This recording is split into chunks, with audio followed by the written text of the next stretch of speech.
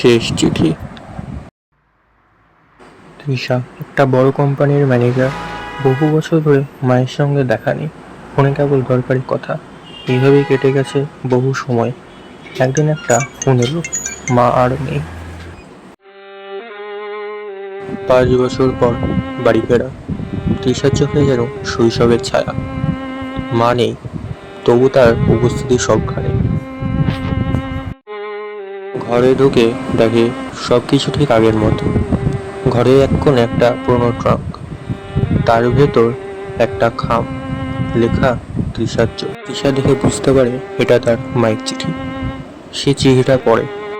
তুই যখন এই চিঠিটা পাবি, আমি হয়তো আর থাকবো না। আমি জানি তুই আমাকে বুঝিসনি, আমিও তোকে বুঝিনি অনেক সময়। কিন্তু মা তো এমনই হয়। যখন তুই শহরে গেলি, আমি রাত জেগে সেলাই করে তোর ফি দিতাম। 1 কাপ দুধ কম খেয়েছি যেন তোকে 1 কাপ বেশি দিতে পারি। একবার তুই বলেছিলি, তুমি কিছুই বোঝো না মা। আমি সেদিন হেসেছিলাম, বাইরে হেসেছিলাম, ভেতরে রেগে পড়েছিলাম। আমি তোর স্বপ্নকে ভালোবেসেছি, শুধু তোকে নয়। চিঠি শেষে একটা বাক্য ছিল, তুই আমাকে একদিন হয়তো ক্ষমা করবি। তৃষার চোখ দিয়ে জল গড়িয়ে পড়ে। চোখের সামনে ভাসে মার মুখ। চিঠিটা সে ফ্রেম করে দেওয়ালে ঝুলিয়ে রাখে।